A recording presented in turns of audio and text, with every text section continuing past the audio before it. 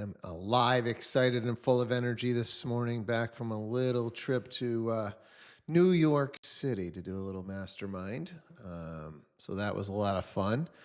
What happened on your day away from the Daily Reel? Anybody have something that they want to share? We've got our beloved home inspectors with us today, so we will definitely get to you guys. We will not take up the entire show, but did anybody have anything happen in the real estate world that we just absolutely got to bring to the table today?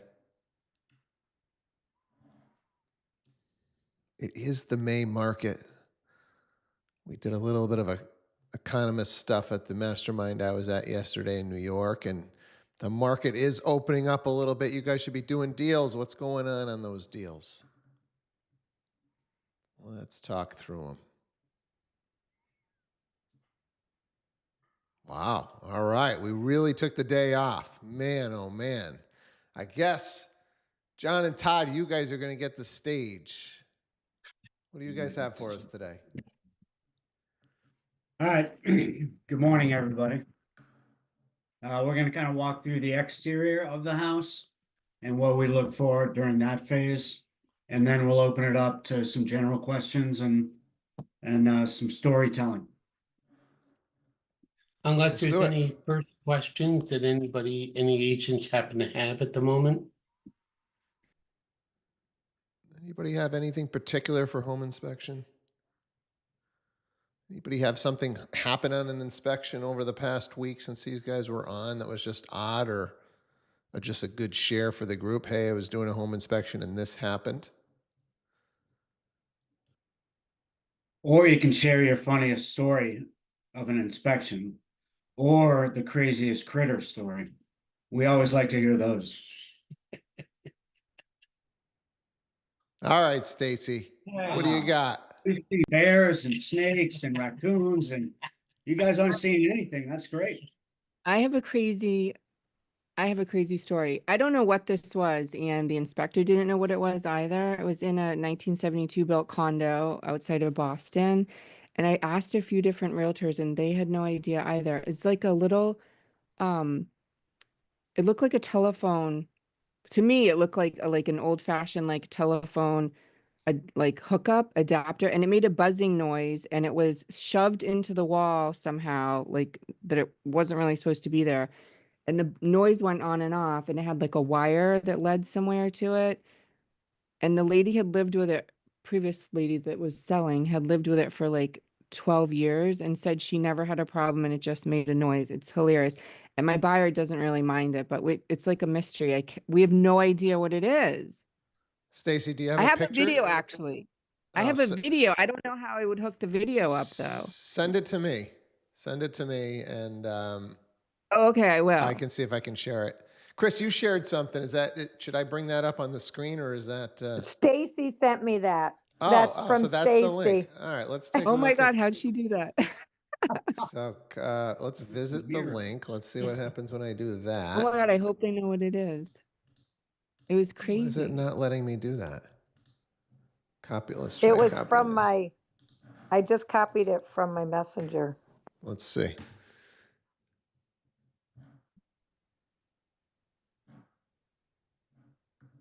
No. Paste. Oh, maybe I gotta get rid of that. No, that is not working. Stacy, send it to me. I'll let these guys text it to me or something if you can. Your cell phone? Yeah, just text my cell and I'll see if I can pull it up on the screen. But Okay. Let's talk exterior of the home.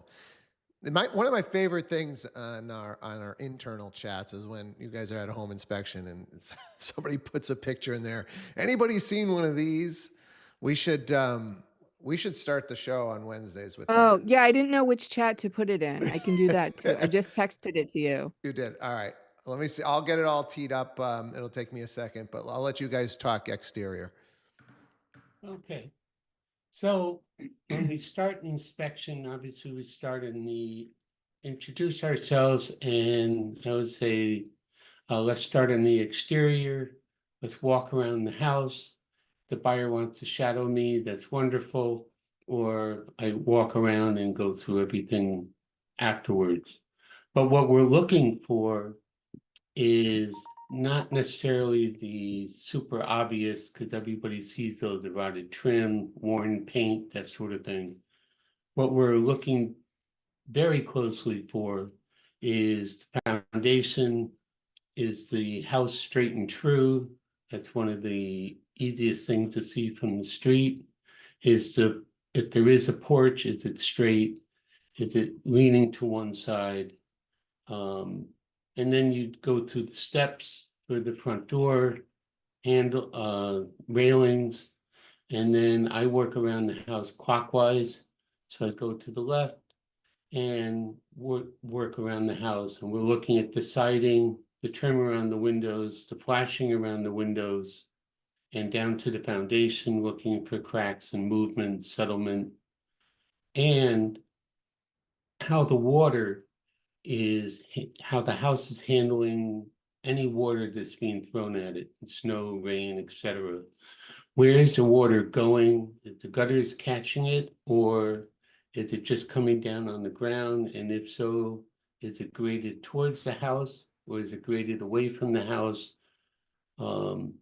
It's really important to understand what water is doing. And one of my funny things I tell the new home buyers is next time it rains heavy, go put on a hat and a slicker and go outside.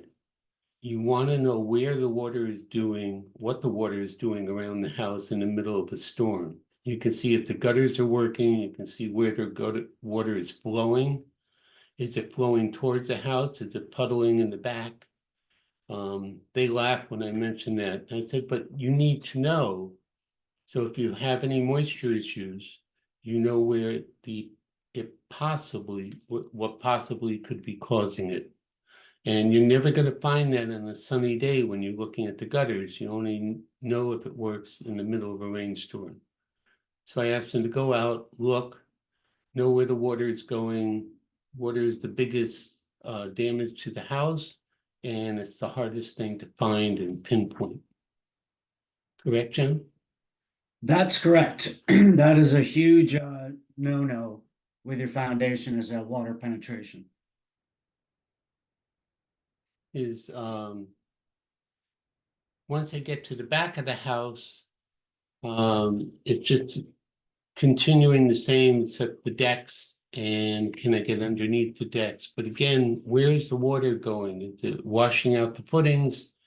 Is the deck tilted towards the house, so the water's being backfed into underneath the flashing? And again, it's the siding, it's the trim, it's flashing, it's the top of the windows. Are the gutters leaking, and you can see streaks coming down the side of the house? That sort of thing. And we look very, very carefully. I spend a lot of time on the exterior because that's where most of the damage is coming, either exists or it's coming from the exterior, roof, chimneys, that sort of thing. I just want to jump in there. One of the things that I felt like I saw a lot at home inspections with regards to decks was the rotting floorboards. But if you guys are seeing that, one thing I just wanted to bring up, because this happened at my own property, and that's why I just triggered when you said decks. Most of the time, the structural supports underneath those floorboards will be okay. You know, you might need to check them out, but in my case, we just ripped those floorboards off. We were able to keep the entire structure, and we ended up going over with new, like a Trex decking type of a surface, put up new railings. So it's not as big of an undertaking. I just thought I'd throw that out there. If you're dealing with a situation with a deck and the floorboards are looking pretty rotted, a lot of times it can be a quicker, cheaper fix if the structure underneath is okay. That's all. And that is correct. Most of the time the floorboards will rot out way before the structure does because they're exposed.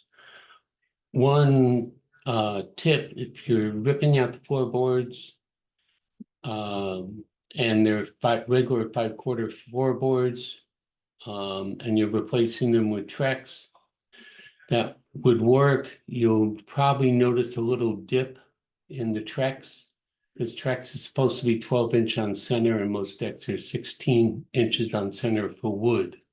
If you rip up the decking and it's 2x6, very thick wood, then you should replace it in the same, because the structure was built to have a sturdier decking than a lightweight decking.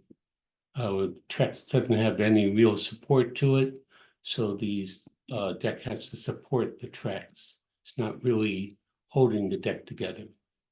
But yes, the footings, we check all that out, and then the deck boards, I've seen sometimes they can replace just a couple of pieces, but yes, it's an easy thing to rip off the deck, replace the railings, and your structure will be fine, typically.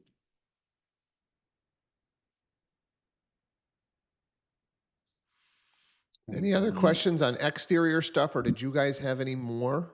Because I kind of jumped in there. Did you have more on exterior? That's roofs.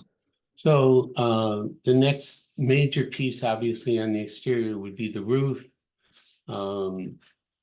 We inspect the roof, put the ladder up, check the gutters. I don't walk the roofs anymore. I drone them and look at the flashings around the chimney and that sort of thing. The chimney is a whole different piece of the inspection, but the focus on the roof, it's how old the shingles are, what type of shingles there are. If you see any lifting, if you see any broken shingles, it's somewhat amazing to me how often I'll be looking at a roof and with binoculars or something like that, and you can see lifting shingles, you can see broken shingles, and everybody gets, oh, the roof is only 15 or 20 years old. Yeah, well, in this particular case, the weather has hit it and it's reached 75% of its service life, so they have to think about it. But we really pay very careful attention to the roof, the flashing, and the chimneys. And again, make sure where the water is going.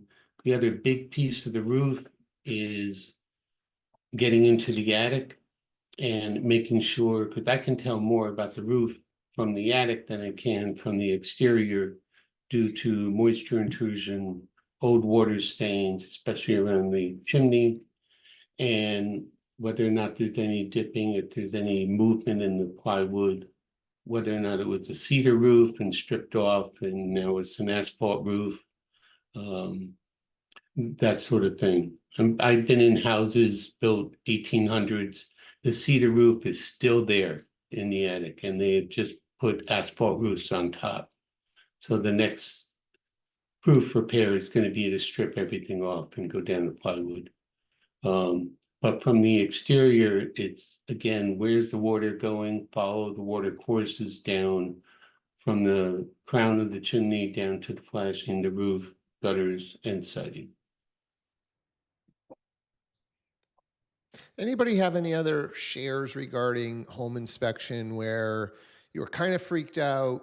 Oh man, like we thought we were up against this big item, big repair, and you know what? We thought it was going to be $10,000. Turns out there's this fix for $2,000 or $1,000, or anything coming to mind for anybody that just would be a good share for the group? Because I feel like a lot of times a buyer, and maybe John, Todd, you guys could share something. The buyer is freaking out. Oh my God. When actually there's a pretty easy fix, or some new technology or something along those lines. Anything coming to mind for anybody?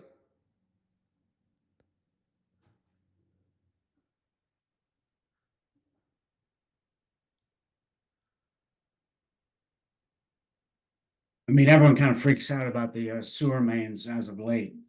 There is a lot of new technology around that as far as replacing those. So the old tried and true method was you just dig it all up, which scares the crap out of people because they think they're going to have to go through softscape, hardscape, and tear everything up. But you know, there's new stuff called pipe bursting technology that'll pull a fused pipe as long as you want. And then you make all the connections and tie-ins as you go. And then there's pipe sleeving, it's called cured in place pipe. And I'm not a big proponent of that, but that's less than digging it all the way up. So, with pipe bursting, it's probably $75 a foot. Without pipe bursting or pipelining, it's probably $125 a foot. So that's a pretty good chunk. But, everything is fixable. But people kind of freak out about, these bigger ticket items when, yeah, as Steve said, once you drill into it, it's not that big of a deal.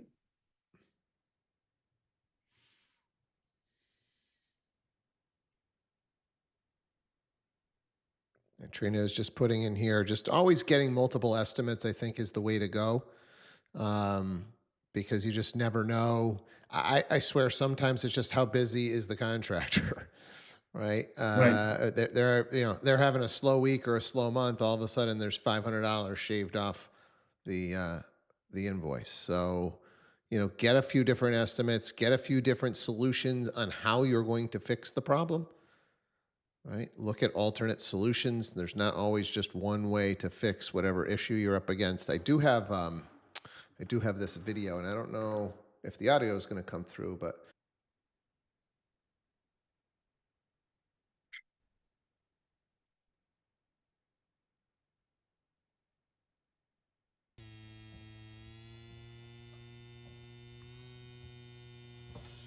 Your sound is off, Steve.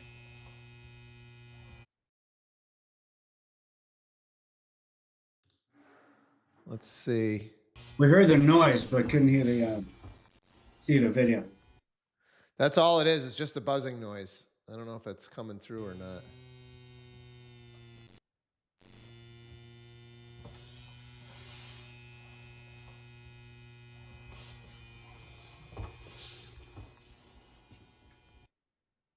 Trying to expand it. Yeah, I can't expand it, Oh, but I can,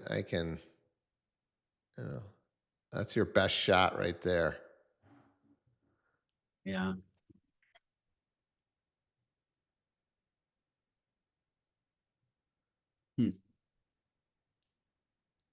Continues to be a mystery. Yeah, it's like a square box that's not supposed to be like kind of placed in that hole, and it's just sitting there. It looks like it's just been there forever, like decades. Whatever's I'm in going it- with old doorbell. door. Yeah, I thought that too. I pushed, and it could be. We actually tried the doorbell, and that's totally. What It's like about there's another. what about an intercom system? Oh yeah. Mm-hmm. All right, Chat- I'll let. ChatGPT's eyes suggest that it might be a ceiling-mounted electrical junction box Oh my God, you chat. Oh my God, you and your Yeah. AI, Steve. for a light fixture or other use. I don't know that that's what that is, but does kind of look like a mounted The intercom electrical thing is box. good. The buzzing noise is odd. I don't know. You guys couldn't hear that buzzing, but Can you send it to my yeah, cell? yeah. I'll send it to you. Oh yeah, send it to him. Yeah, Thank you. and then we'll look at it. yeah. Thank you.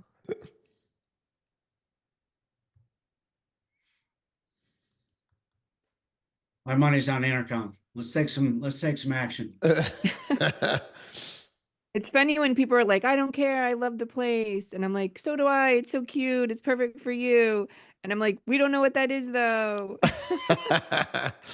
We couldn't stand know, it. sometimes I've noticed I'm an electronics technician as well as a real estate agent, but I've noticed a lot of times that houses like that, sometimes they used to have an entry system from the front of the condo or whatever that particular building is. And you would buzz the door and they could talk to you and let you in, that kind of a thing. I wonder if it's something like that. Yeah, like an intercom thing. Yeah, an intercom where you say, "Hey, who's at the door?" and you push a button and they come in, or you can talk to them from the front door, that kind of thing. Okay, so that's 2 for intercom. So I'm gonna. It's in the basement though, isn't it, Stacy? Yeah, from the kitchen down into the basement. Could be From- where the buzzer is, but that's kind of weird. From the kitchen down into It might have the been somewhere else because it looked like it was like shoved in there. It's literally like a little square box shoved into a circle in the, like someone just That Mickey does Mouse, sound kind of like a junction box. old fashioned mystery. So Stacy, Oh, that buzzing just is transformer. constant. It's a transformer. That's what it is. That's We a were close, transformer. Paul. We were close. There's a transformer for the Everyone's frozen. doorbell. So transformers sometimes make a very low buzzing sound. But that's what I'm looking at. It's a low voltage transformer. And the other thing it could be, if it's tied to the phone system, is a separate ringer. So if the phones rang in the house, the old landlines, this would be a separate bell for it or tone. Just clip it and move on. Yeah, That's cap, fun. Rip it out. cap it. Yes, I'll let yes. her know all the suggestions. Thank you. It could be. I'll let you know when if I find out. Please text me your weird home inspection finds so we can do some deep dives on Wednesdays. We should do one every Wednesday. What else is going on? Somebody's got to have something going on a deal. Come on, bring me something. Let's fix something. Let's solve something. What are we struggling with? Who's got a wacky client? Man.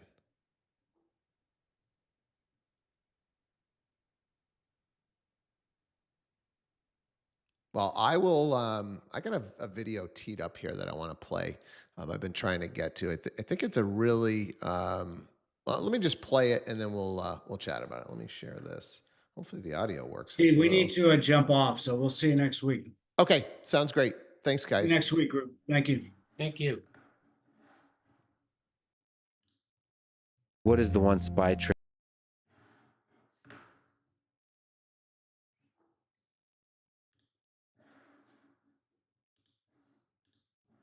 What is the one spy trick you would teach everyone? You guys got the audio on this one? Yes. Yeah. Spy Yep. tricks. Come on now. This is the sexy stuff. One that they can use to improve their life instantly. The most important spy trick to change everything immediately is something called perception versus perspective. We all look at the world through our own perception, but perception is your interpretation of the world around you, but it's unique only to you. There's no advantage in your perception. That's why so many people find themselves arguing all the time, trying to convince other people of their own perception. The way that you win any argument, the way that you get ahead in your career, the way that you outsell or outrace anybody is when you move off of perception and move into perspective. When you shift places and get out of your own perception and into someone else's perspective, now you're thinking like them, which is giving you an informational advantage. But you know what they're all doing? Everyone else out there is trapped in their own perception, not thinking about a different perspective. So immediately you have superior information, superior positioning, you have an advantage that they don't have. And if you do that to your boss, it's gonna change your career. If you do that to your spouse, it's gonna change your marriage. If you do that to your kids, it's gonna change your family legacy because nobody else out there is doing it. What is the one spy trick you would?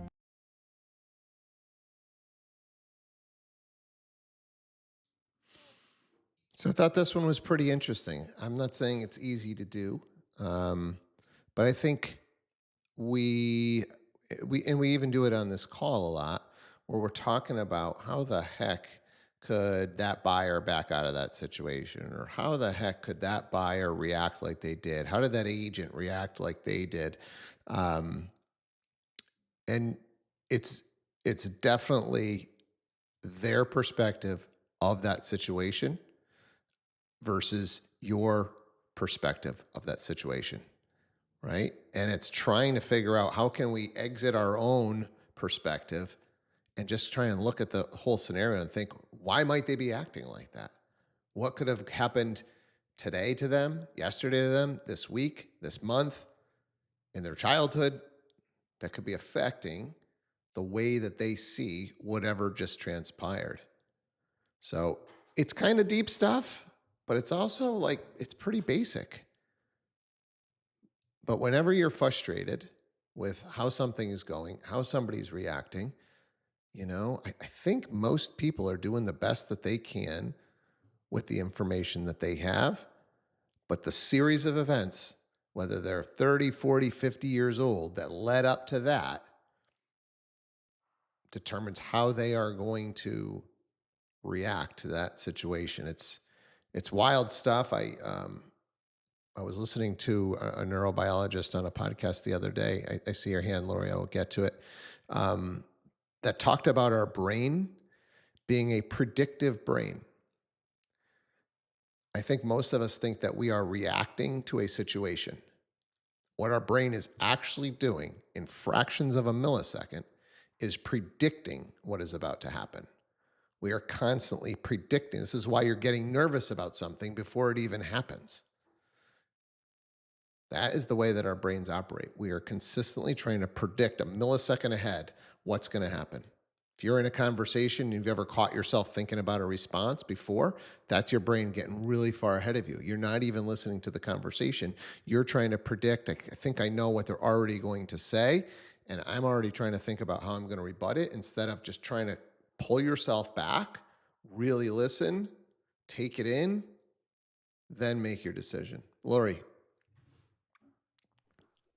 So this kind of has to do with inspections and perspective. It just came to my mind. It was a past client I had. So, we have a home inspection on this house. It was a great house, and there was a mouse in a mouse trap. And of course, we live in New England, and there's mice everywhere. It's just a part of, this area. So she hyperventilated. She had a complete nervous breakdown. Her husband had to take her outside. She backed out of the house over this mouse in a trap. So that was the one thing. So her perspective, she has a phobia of mice. I didn't know. The house she winds up buying, I shit you not, was infested with bats in the attic, and it didn't bother her. So we had to get wildlife out there. It was a whole situation, but her perspective was she had this fear of mice. And then, here she goes and buys a house that's infested with bats, and she was okay with it. So it's like, that was her perspective. It was wild, but, and it was a wild situation for a home inspection to deal with bats. So, everybody has a different version of what they're comfortable with and what they're not comfortable with. I mean, how many times have we all seen mice in a house? But for her, it was a serious problem. So just perspective in a weird home inspection situation there. That's a great share, Lori. What a great way to kind of wrap that all together. Yeah, and it's buyers, it's sellers, it's agents, it's your friends, it's your colleagues, it's your coworkers, it's your significant other, it's your kids, right? And so all of these little interactions are just building up subconscious, and then your brain is then trying to use all of those experiences to predict the next millisecond of your life, consistently just trying to predict based on your experiences, which is why we all have such a different experience, and that we could be in the same room having the same conversation and we each saw it completely different. So just something to think about. Definitely an area where I think you can go pretty deep and really help your relationships, I think, if you can get this right. Like I said, not easy to do, but give it some thought. Try and slow down a little bit, and maybe try and see where they are coming from. So it was great to be back with you guys again. I hope you guys have an awesome Wednesday, and we will do this again tomorrow morning. Take care. Thank you. Have a great day.